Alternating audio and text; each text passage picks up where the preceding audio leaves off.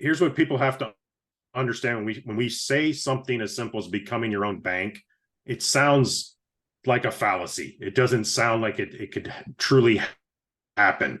But what we have to understand is how banks function and flip the script for us to become the banking concept, the banking mechanism. When you think about what a bank does, the bank doesn't do anything. They make absolutely nothing. They don't make money. That's the Federal Reserve. They make rates of return because what they're doing is they're taking money. They're a holding. All they are is a holding corporation for monies from us as individuals and also corporations that deposit funds into their building. That's all we're doing. We're depositing money into a building that has some bank name Into their attached account. to it.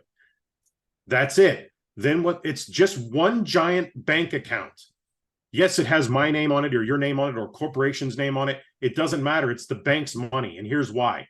They take your money and they say, okay, there's someone else, and I'll use myself as an example. I'm going to take your money, the bank, and give it to me for a mortgage, which has an interest rate attached to it, anywhere from about 6 to 7% today.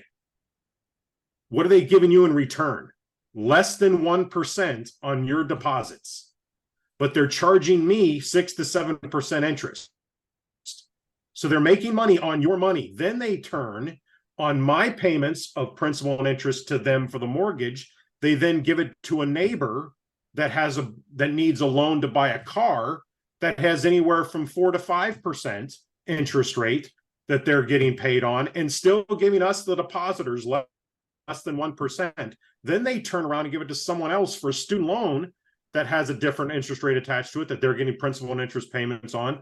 Then they turn around and give that to someone else for a credit card that could have as high as 30% interest rate attached to it. Then they turn around and here's the beautiful part. Now I'm coming back to the bank on my original mortgage because I now feel I have equity and I want a home equity line of credit that I want on my house because I want to pull equity out. They're going to charge me a different interest rate on top of my mortgage. I'm paying two separate interest rates on the same freaking property that I'm paying them double interest payments, different rates completely.